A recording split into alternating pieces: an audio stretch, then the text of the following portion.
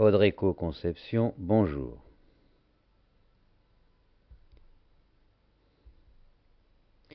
Nous vous présentons aujourd'hui notre chapitre « Si les animaux sont des personnes ».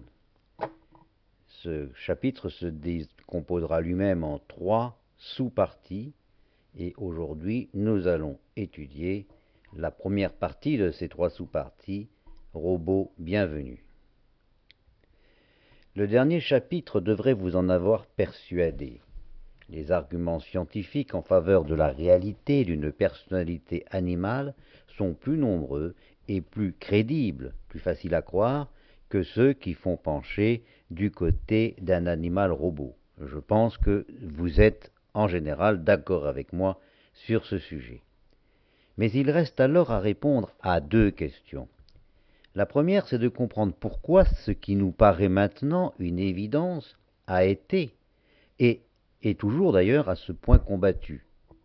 Pourquoi tant de bons et beaux esprits n'ont-ils pas vu ce qui nous paraît évident aujourd'hui? La seconde est encore plus délicate. Dire que les animaux sont des personnes et s'en contenter, c'est du bavardage.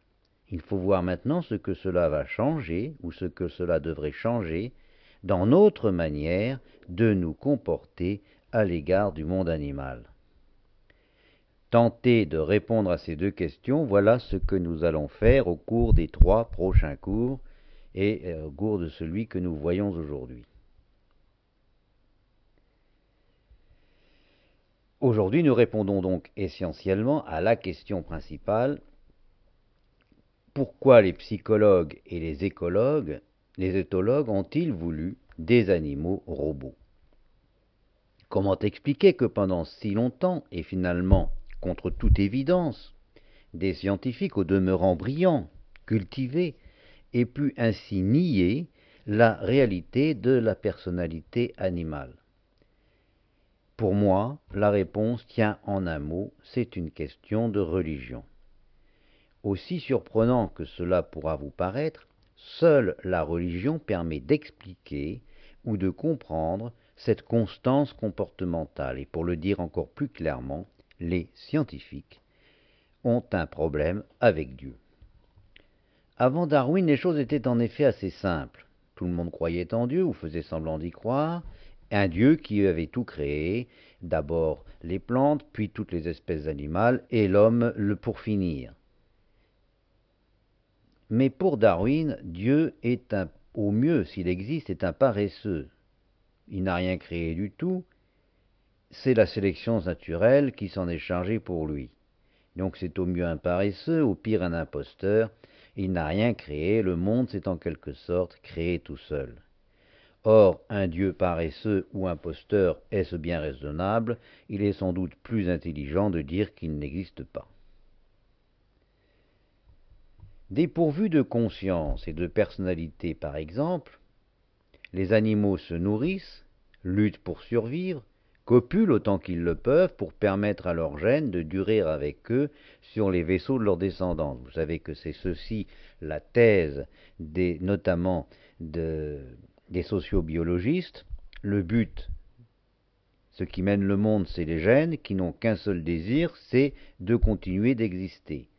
Et donc ils vont ainsi de sujet en sujet, d'être vivant en être vivant, pour continuer à exister et pour se permettre de se développer.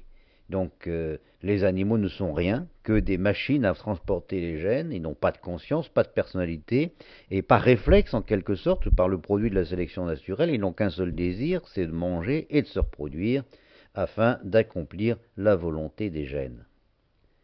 Mais vous me direz, l'homme l'entre dans tout cela. L'homme, nous, c'est différent, nous dit-on, c'est ce que nous avait dit Irenaeus Abelsfeld, que ce que je vous ai cité au chapitre précédent, disant que les hommes étaient différents des animaux. Naturellement, cette affirmation va contre toute logique. Pourquoi l'homme, qui est un animal comme les autres, serait différent? Et il n'est pas nécessaire de creuser longtemps pour comprendre que ceux qui prétendent cela, ou qui affirment cela, le font surtout pour acheter une forme de paix avec les gens qui ne pensent pas comme eux, qui veulent un humain différent. Ils ne croient pas eux-mêmes à ce qu'ils disent, mais c'est une façon d'avoir la paix. À présent, dans un tel décor mécanique, des animaux pourvus d'une conscience, voilà qui ouvre la porte à tous les désordres. Des consciences. Mais pourquoi faire? D'où proviendraient-elles? Et puis tolérer qu'il y ait des consciences animales, c'est renforcer dangereusement la thèse des consciences humaines, à laquelle, nous venons de le répéter, on veut bien faire semblant de croire, à condition tout de même que rien de trop sérieux ne vienne étayer cette hypothèse.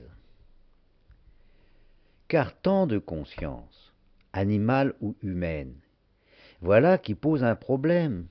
D'où viendraient ces consciences? Tout ce qui est physique, biologique, ça peut s'expliquer, combinaison de chromosomes, combinaison de cellules, est-ce que vous voudrez. Mais la conscience, c'est quoi? D'où vient-elle? Qu'est-elle? S'il y a des consciences, et qu'on ne sait pas d'où elles viennent, ça nous fait mener tout droit à l'idée d'une conscience plus générale, qui serait la mère nourricière de toutes les autres consciences. Une conscience hors du champ de notre monde mécanique, ou disons physique, et qui pourrait ne pas être au moins sans quelque rapport avec cette idée que certains se font d'un Dieu. Impossible un Dieu depuis Darwin, et très improbable avec Dawkins, tellement improbable que selon lui, il nous le propose, faut-il le rappeler, au cours d'un livre extrêmement brillant dont je vous recommande la lecture à défaut de prendre tout au pied de la lettre de ce qu'il raconte, pour en finir avec Dieu. Dieu n'existant pas, la conscience animale, fût-elle humaine, n'existe pas, et les animaux, encore moins que leurs personnes, ne peuvent être des personnes, et tout va bien, nous sommes dans un monde de robots. Pourtant, me dites-vous, toutes ces preuves que nous avons vues au chapitre précédent de la réalité de la personnalité animale, comment les considérer? Vous ne comprenez pas. Je vous le disais pourtant au début de ce texte, nous ne parlons pas science, nous parlons religion. La caractéristique de l'esprit religieux est son incapacité à coexister avec quelque esprit scientifique que ce soit. L'esprit scientifique, c'est de dire il y a des faits, je les observe, et j'essaie d'en trouver une théorie pour les expliquer. Lorsqu'un nouveau fait apparaît qui contredit ma théorie, eh bien, je change de théorie. L'esprit religieux fait l'inverse, il pose des a priori. Par exemple, il vous dit que nous sommes dépendants de ce que nous avons connu dans notre petite enfance, c'est la thèse de Freud, et après on explique le monde à partir de cette théorie qu'on a posée au départ. Ça, c'est la démarche religieuse. C'est ainsi par exemple que contre toute logique ou contre toute vraisemblance, en dépit de réalités scientifiques à peu près irréfutables, et s'appuyant sur leur seule conviction religieuse, on trouve encore des personnes qu'on appelle les créationnistes, qui s'obstinent à dire que le monde aurait 5000 ans et qu'il a été construit en 6 jours. Pourquoi? Parce que c'est en effet ce qu'on lit dans la Bible. Puisque c'est écrit dans la Bible, eh bien c'est comme ça que ça s'est passé, même si toute la science démontre que c'est peu vraisemblable. Et c'est d'autant plus étonnant ce point de vue que lorsqu'on lit la Bible, on s'aperçoit très bien que ce n'est pas une écriture faite de manière scientifique, c'est une écriture symbolique. Et on devine tout à fait que cette écriture symbolique montre bien que ce qui est démontré, dit dans ce texte, ce sont des symboles qu'il ne faut donc pas prendre bêtement au pied de la lettre. Eh bien non, c'est dit donc, plus d'esprit critique, un esprit religieux, puisque c'est marqué comme ça, c'est marqué comme ça. Après tout, un esprit, puisqu'il s'agit de symboles, on pourrait dire qu'il y a peut-être eu 6 jours, mais des jours qui seraient des périodes, qui pourraient durer des millions d'années. Non, 6 jours, c'est 6 jours. Voilà. L'amitié que je porte à de nombreux amis qui sont précisément des religieux me conduit à nuancer ce qu'il y a d'abrupt dans mon propos, et je reconnais tout à fait qu'une même personne peut avoir un esprit scientifique et un esprit critique. Mais, à ce moment-là, un esprit scientifique et critique et un esprit religieux. Simplement, ce qu'il faut comprendre, c'est que ces deux esprits se manifesteront à tour de rôle, mais jamais en même temps. Oui, mais me dites-vous, tout ça c'est bien joli, mais pourquoi me parlez-vous de croyance en Dieu à propos de scientifiques qui précisément sont réputés n'y pas croire? puisque leur croyance est que précisément Dieu n'existe pas. Pardon? Pourriez-vous avoir l'obligeance de me répéter votre propos? C'est qu'à mon âge, voyez-vous, on est facilement un peu sourd. Non, j'avais bien entendu votre mot croyance, car il explique tout. C'est que croire ou ne pas croire, c'est en réalité exactement la même chose. On est dans le domaine de la croyance. Le scientifique ne croit rien. Il ne croit ou ne croit pas. Il observe des faits et il essaie de les analyser. Croire ou ne pas croire, ce n'est pas une démarche scientifique. L'esprit scientifique constate des faits, essaie de les comprendre, il se situe par conséquent en dehors de toute croyance ou non-croyance préalable. Croire que Dieu n'existe pas est une croyance préalable tout à fait équivalente à celle de croire à son existence et donc tout aussi aveuglante. Et voilà pourquoi tant de beaux esprits scientifiques en général, mais défaillants en la circonstance, n'ont pas vu combien ils faisaient de la peine aux animaux quand il leur daignait de pouvoir éprouver des émotions. Les scientifiques, lorsqu'ils constatent que les animaux ont des émotions et une personnalité, ne veulent pas l'admettre, ne le croient pas, puisqu'ils ont défini au départ que Dieu n'existant pas, les consciences ne peuvent pas exister.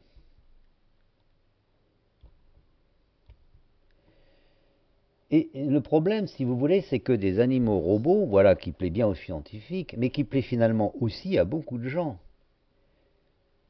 Et alors évidemment, si la majorité pense quelque chose, les scientifiques se trouvent confortés dans leur opinion. Qui est-ce qui pense que les animaux robots, c'est très bien? À commencer par tous ceux qui font de l'animal une rente, et c'est-à-dire les éleveurs, qui se baptisent d'ailleurs de façon tout à fait intéressante des producteurs. On produit vraisemblablement des machines ou des automobiles, mais lorsqu'on produit des chiens, on peut se poser beaucoup de questions sur le respect qu'ont les gens de cette production. Ou encore des publics pour lesquels l'animal est un loisir, par exemple les chasseurs, ou les gens qui parient sur les chevaux. Bon, le cheval se casse une jambe, il se casse une jambe, c'est pas bien grave. On fait courir des chevaux beaucoup trop jeunes, mais c'est pas grave, c'est pas des personnes. Ceux qui en meurent, ils en meurent. Qu'est-ce que ça peut bien faire? Le pire est quelquefois atteint par ceux qui utilisent l'animal comme outil de travail. Alors là, vous avez sans doute, si vous avez navigué ou voyagé autour de la Méditerranée, vu ces pauvres petits ânes, et vous avez eu mal au cœur de les voir tirer des charrettes ou porter des charges qui étaient parfois plus lourdes qu'eux. On croirait qu'ils vont tomber, et quelquefois d'ailleurs, ils tombent en effet. Il va de soi que les êtres humains qui imposent un tel traitement à des animaux ne peuvent pas les considérer comme des personnes, mais bien comme des machines. Mais ce qui est le plus surprenant, et généralement très peu compris, est que le concept animal-machine convient aussi très bien, et beaucoup mieux qu'il ne voudrait l'avouer, précisément aux personnes qui se croient les amis ou les défenseurs des animaux. Vous ne me croyez pas? Eh bien, allons dans la rue ensemble et faisons un petit sondage. Demandons aux gens, aux propriétaires de chiens ou aux gens qui veulent avoir un chien, bonjour monsieur, bonjour madame, quelles sont pour vous les qualités d'un bon chien de compagnie? Je vous parie qu'on entendra les adjectifs suivants presque tout le temps utilisés. Soumis, fidèle, affectueux, obéissant. Soumis, fidèle, affectueux, obéissant. Eh bien, excusez-moi, mais nous venons de donner une description parfaite de l'imbécile, qui n'a plus aucune personnalité que ce soit. Soumis, fidèle, affectueux, obéissant, c'est le parfait crétin. Exactement, pourtant, le chien dont rêve monsieur ou madame tout le monde, celui qu'il commande à l'éleveur ou qu'il prie le dresseur, ou mieux encore, le comportementaliste de leur conditionner. Ils ne veulent pas vivre avec une personne indépendante, ils veulent vivre avec un crétin soumis, fidèle, affectueux et obéissant. La même enquête auprès de propriétaires de chats nous eût donné, n'en doutons pas, des résultats du même ordre. Si l'éleveur a mal produit, ou si le comportementaliste a mal conditionné, on va faire alors appel au vétérinaire pour raboter toutes les aspérités qui dérangent. Le vétérinaire y arrivera, surtout s'il est comportementaliste, avec des drogues diverses. On donnera des calmants, on donnera des antidépresseurs qui feront que l'animal aura enfin le caractère que l'on veut qu'il ait. Ou bien, quelquefois, et même souvent, le vétérinaire agira avec son bistouri. On sait très bien que cette fameuse testostérone, c'est pas bon, ça énerve les chiens mâles. Eh bien, pourquoi ne pas supprimer la testostérone en supprimant les testicules avec un petit bistouri?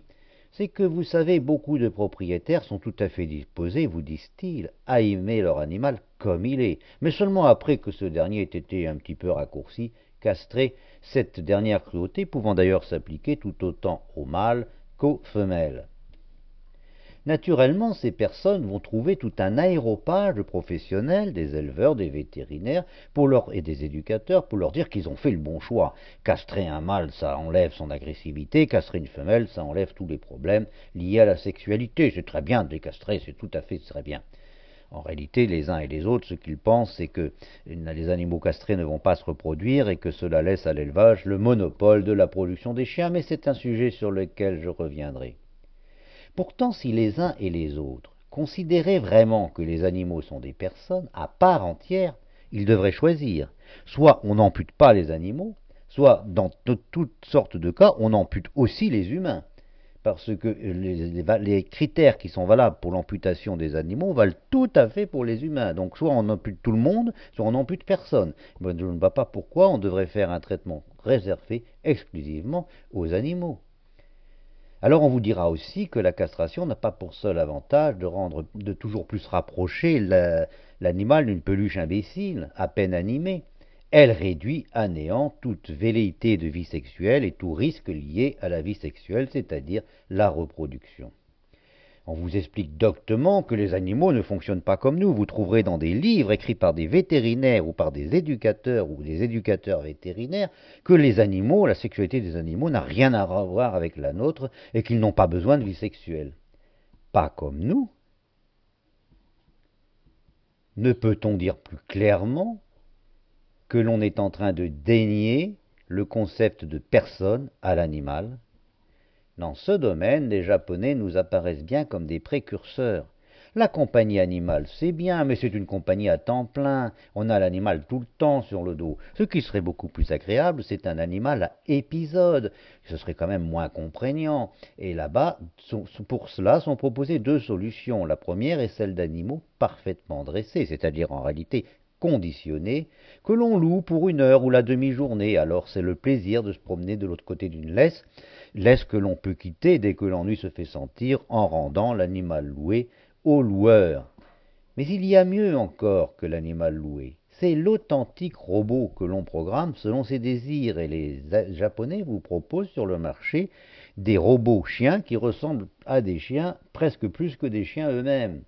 Alors on peut choisir plusieurs programmes. Par exemple, il y a un programme robot qui mange et qui par conséquent défèque afin de se rapprocher le plus possible de la nature. Donc il faut sortir son chien, le nourrir.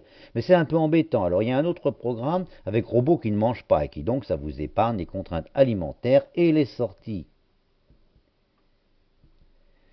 Le robot vient quand on l'appelle, il remue la queue quand on lui parle gentiment, il aboie quand la voisine et le voisin se disputent trop fortement. Enfin, vous l'avez deviné, le robot, on peut le débrancher, on enlève les piles, on le met dans un placard quand il a cessé d'amuser et on n'en parle plus. Ces robots de génie ne sont pas du tout réservés aux Japonais, vous pouvez les acheter si vous voulez sur le net. Ils ne présentent à mon avis qu'un seul inconvénient, ils restent encore assez chers. Mais pour tout vous dire, je préférerais personnellement l'authentique robot à ces pauvres animaux castrés, conditionnés, abrutis de l'heure dès leur plus jeune âge, parfaitement crétinisés, tels qu'on peut les voir notamment dans les parcs chez les anglo-saxons et notamment aux États-Unis.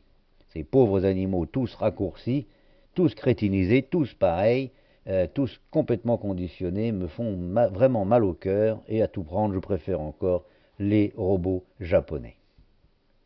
Mais comment comprendre qu'une large majorité de personnes refuse au chien le droit d'aller à sa guise où il veut? Comment le comprendre sinon par le fait que ces mêmes personnes dénient à ce pauvre animal quelque personnalité propre que ce soit? Si le chien ne peut pas aller où il veut, c'est bien que vous reconnaissez qu'il n'est pas une personne à part entière.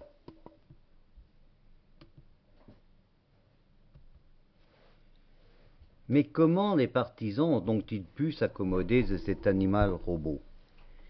La question se pose de comprendre pourquoi l'animal robotisé a tant de partisans. Recherche de la facilité, d'un confort matériel ou intellectuel, conformisme, toutes les raisons pèsent leur poids. Mais à mon avis, c'est beaucoup plus en amont que le malentendu trouve son origine, une forme de justification qui seule explique pourquoi il est à ce point partagé par le grand public et par les scientifiques. Ce malentendu repose sur un mythe, et ce mythe a un nom, il s'appelle évolution. Rassurez-vous, je ne suis pas en train de contester, comme le font les créationnistes, une continuité certaine entre les espèces animales, telle qu'elle a été mise en lumière par Darwin, même si je suis de ceux qui pensent que le darwinisme n'est pas une religion et n'interdit pas l'esprit critique et les interrogations. Je veux seulement souligner un contresens au sujet du mot évolution lui-même, contresens généralement admis par le plus grand nombre et sans doute par Darwin lui-même. C'est que évolution sous-entend transformation, là on est d'accord, mais orientée dans le sens d'un progrès, d'une avancée, d'une sorte de marche en avant. Le mécanisme même de l'évolution, en tout cas tel qu'il est conçu par Darwin et ses successeurs, sous-entend cette idée de progrès, puisqu'il s'agit de la sélection naturelle. Sélectionner, n'est-ce pas retenir, préférer les meilleurs au détriment des autres?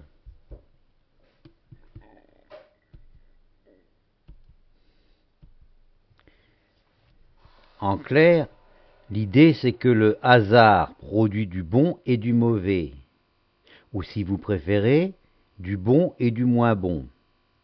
Le mauvais assortiment génétique s'éteint de lui-même, sans se reproduire. Quant au moins bon, il se reproduit, mais il est éliminé par le meilleur, et finalement, seul le meilleur reste. Donc l'idée de Darwin, c'est que le vivant va donc ainsi, de manière mécanique, toujours vers plus de progrès. Voilà donc un schéma au sein duquel l'animal robot est on ne peut mieux plus à son aise, c'est-à-dire que l'idée d'une sélection naturelle automatique produit effectivement des animaux de plus en plus, ou des êtres vivants de plus en plus perfectionnés, de plus en plus sophistiqués, la sélection naturelle se chargeant de repérer et de sélectionner les meilleurs.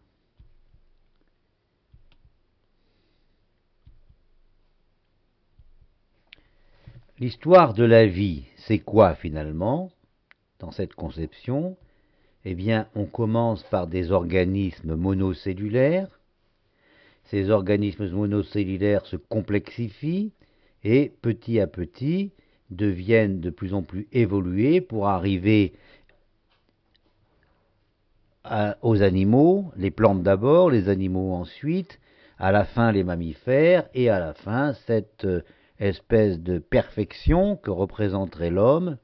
Et même si on ne considère pas généralement que l'homme soit la perfection, on considère que son cerveau est la perfection de la création, le but final, si je puis dire, de la création.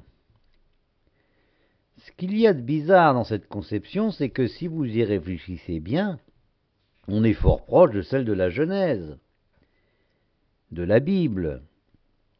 Là, on nous dit, on est parti d'organismes monocellulaires et de complexité en complexité, on arrive au cerveau humain. Que nous dit la Genèse? On nous dit que un certain Dieu a fabriqué le monde, l'avant-dernier jour, il a fabriqué l'homme, et c'était d'ailleurs, remarquez-le, la veille du jour de congé. Les deux théories sont donc finalement, alors qu'elles croient s'opposer, extrêmement proches. Or, il se trouve que la biologie moderne, les dernières découvertes de la biologie moderne, donnent à cette histoire un éclairage un peu plus compliqué. Et cela commence par la compréhension même du concept de sélection. Pour Darwin, je viens de l'expliquer, et pour ses successeurs, Celui qui se reproduit le mieux, c'est celui qui, lors d'affrontements violents, sait éliminer ses concurrents. Darwin, avec la société anglo-saxonne, imagine que les mâles sont en compétition permanente et que c'est le mâle le plus fort et le plus vigoureux qui élimine les autres et qui se reproduit. Or, aujourd'hui, de manière paradoxale, la sociobiologie moderne nous montre que dans la nature, l'entente, la coopération, l'association se révèlent le plus souvent des systèmes beaucoup plus efficaces que ceux reposant sur des affrontements violents, coûteux et meurtriers. Imaginez par exemple qu'une société de loups fonctionne en ayant à sa tête uniquement un loup vainqueur de tous les combats. Eh bien, les combats de loups sont épouvantables, les blessures sont terribles, et en réalité, dans un vrai combat, les deux adversaires sont souvent éliminés l'un et l'autre à la suite de leurs blessures, si bien que finalement le rendement serait extrêmement faible et très coûteux. Ce n'est pas ce qui se passe, les loups savent au contraire s'organiser, s'associer, avoir une sorte de politique sociale, et l'entente, la coopération permet seule de comprendre pourquoi cette espèce a réussi ainsi à se développer et à proliférer. Contrairement à ce que pensait Darwin, on se rend compte que la sélection naturelle n'a pas le rôle qu'on croit et que les espèces capables de collaborer entre elles se développent plus facilement que les autres. La vérité est que les espèces les plus féroces ne se perpétuent pas à cause de leur férocité, mais malgré elles. À bien y regarder, on peut même s'interroger sur la pertinence de la notion de sélection, sauf à ne considérer celle-ci que par son côté négatif.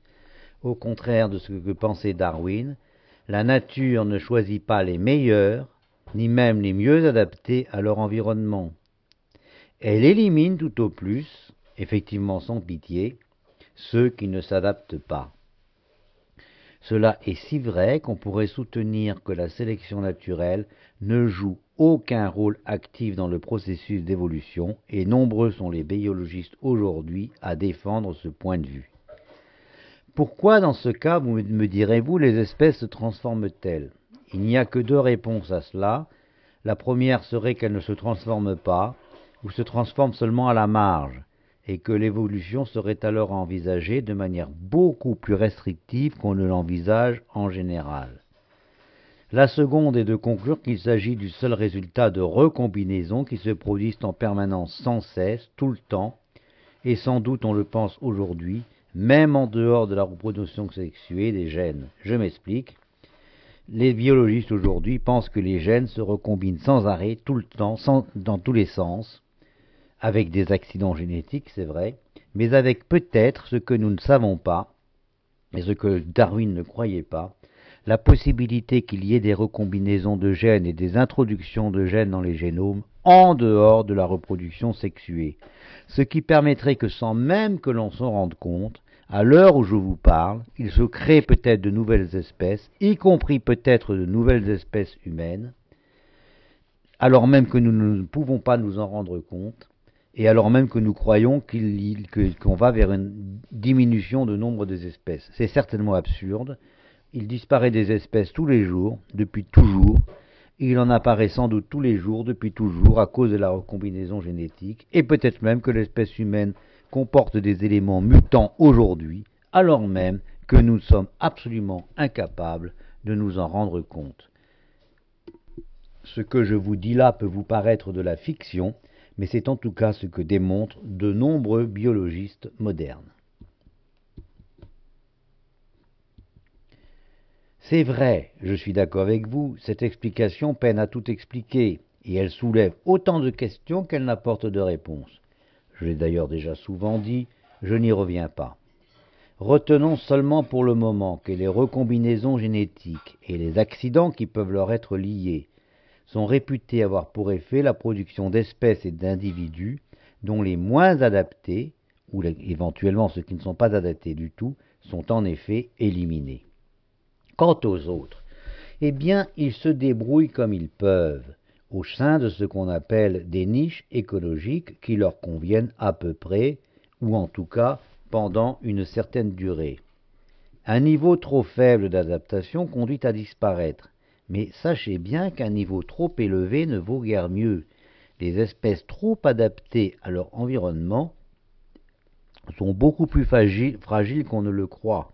Il y a par exemple eu dans l'histoire des tigres ou des lions différents de ceux qu'on connaît aujourd'hui, mais qui étaient des animaux extrêmement remarquables, magnifiquement adaptés à un certain environnement et qui, malgré leur force et un très grand nombre de qualités physiques, n'ont pas su s'adapter à une modification qui a été précisément une diminution de la température. Un niveau trop faible d'adaptation conduit donc à disparaître, mais un niveau trop élevé ne vaut guère mieux, tout simplement parce que le monde ne cesse d'évoluer et les niches ne cessent d'évoluer. Aujourd'hui, on est très effrayé par le fait que la planète se réchaufferait. Oui, sans doute qu'elle se réchauffe. D'ailleurs, on n'en a pas la preuve, mais même si elle se réchauffe, elle est fort loin d'avoir atteint la chaleur qu'elle a eue à certaines époques à certaines époques, puisque l'on sait que le Groenland a été une région chaude. Eh bien, on en est loin encore aujourd'hui. Donc les niches écologiques évoluent sans arrêt tout le temps en fonction de mouvements qui nous dépassent, et les espèces doivent sans arrêt s'adapter. Celles qui ne peuvent pas s'adapter, qui sont trop bien adaptées à une niche, sont donc en danger de mort. Les espèces trop bien adaptées à une certaine niche qui disparaît peuvent se révéler incapables des transformations nécessaires. À un moment donné, toutes les espèces vivantes, ou si vous préférez, toutes les espèces survivantes, sont également adaptées à leur environnement. Prenons l'exemple des dinosaures. Les dinosaures étaient aussi bien adaptés à l'environnement qui était le leur, à l'époque où ils vivaient, que les mammifères actuels le sont à notre monde. Et l'idée qu'il y aurait un progrès qui ferait passer du monde des dinosaures à celui des mammifères est dépourvue de sens. Les mammifères modernes seraient aussi incapables de vivre dans l'environnement qui était celui des dinosaures que les dinosaures ont été incapables de s'adapter à l'environnement que nous connaissons aujourd'hui.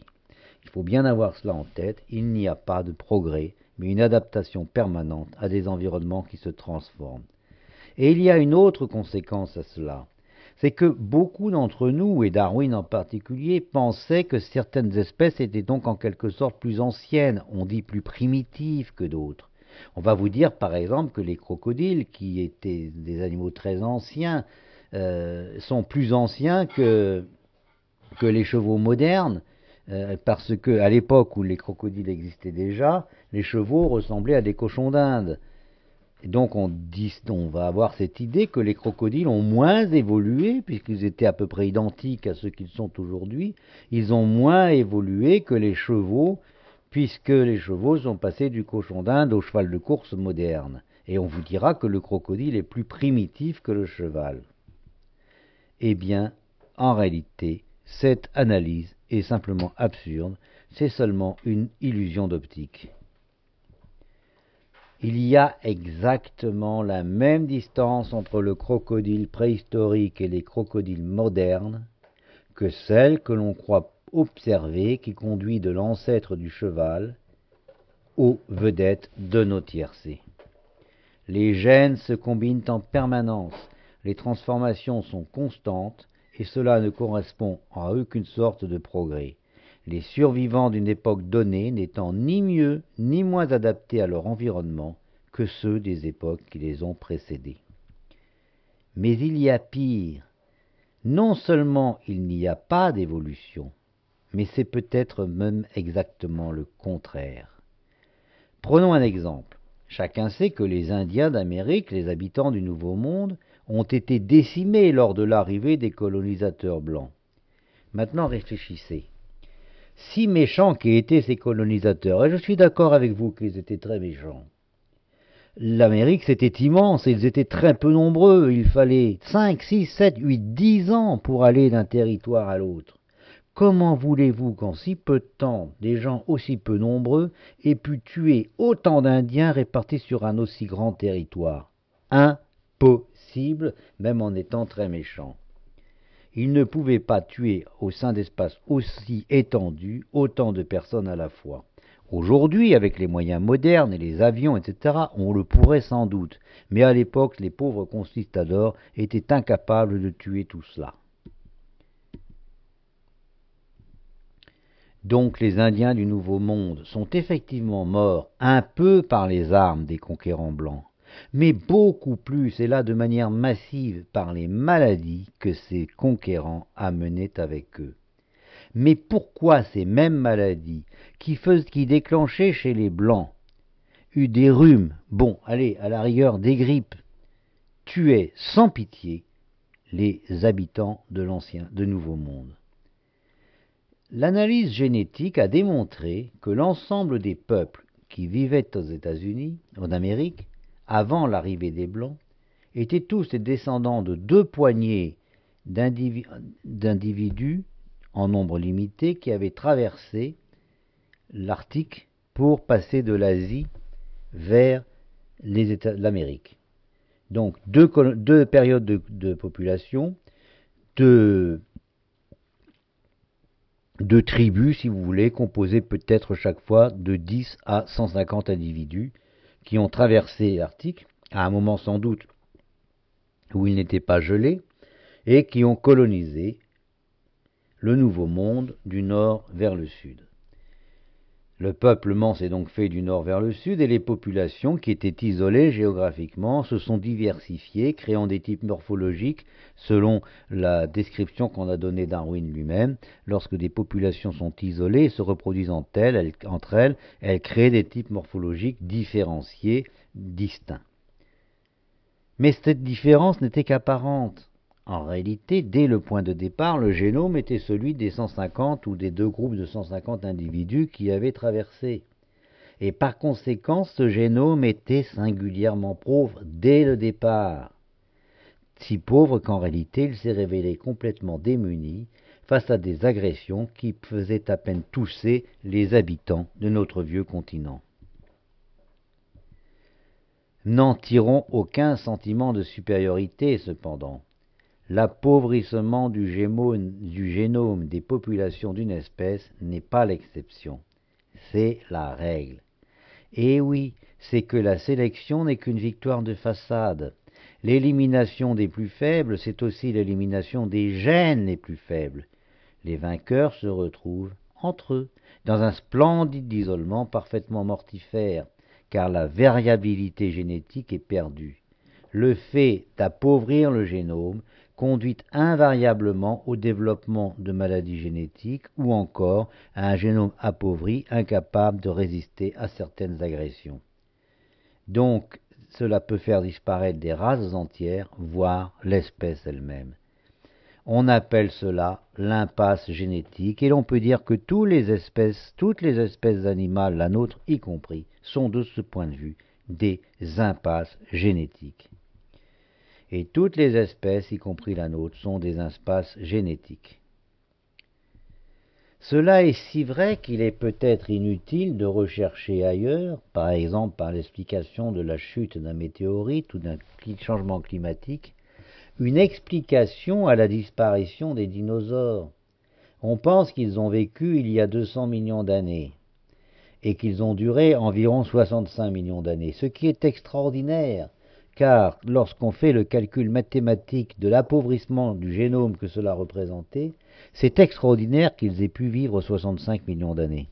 Et donc, le fait qu'ils aient disparu, inutile de chercher des météorites ou un changement climatique, ils auraient de toute façon disparu parce que leur génome allait en s'appauvrissant et qu'ils n'auraient pas résisté aux variations de leur environnement. Nous y reviendrons plus loin, mais il y a un autre exemple très intéressant. C'est celui de l'observation des chiens de race.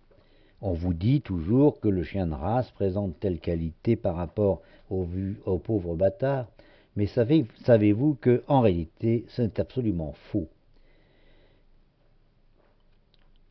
Une illustration catastrophique du phénomène d'appauvrissement des génomes est présentée précisément par les races de chiens, car aujourd'hui, bien que personne n'ose l'avouer et que personne ne le dise, la vérité est que les animaux, les chiens qui arrivent sur les podiums de champions dans les expositions internationales, dans beaucoup de races, ces mêmes chiens seront morts moins de 6 mois après. Ils sont en réalité atteints de maladies génétiques très graves et leur espérance de vie est nulle. Certaines races sont tout simplement sans espoir de survie. Il y a des races qui vont disparaître tant leur génome est appauvri, car sans arrêt les éleveurs ont marié les pères avec les filles, les frères avec les sœurs, et le génome, bien sûr, on a produit des animaux de plus en plus identiques avec ce qu'on appelle des hypertypes, mais les génomes sont tellement appauvris, les maladies génétiques sont tellement présentes que ces races n'ont aucune chance de survivre à long terme. C'est un scandale, j'en suis d'accord avec vous. Il est gardé bien secret par tous les grands prêtres de la cynophilie officielle et par l'ensemble de leurs fidèles, c'est-à-dire les éleveurs. Mais cependant, ici et là, cela finit par filtrer et donner lieu d'ailleurs à quelques émissions de télévision encore diffusées très tard, après 23 heures, pour que le moins de gens possible en aient connaissance.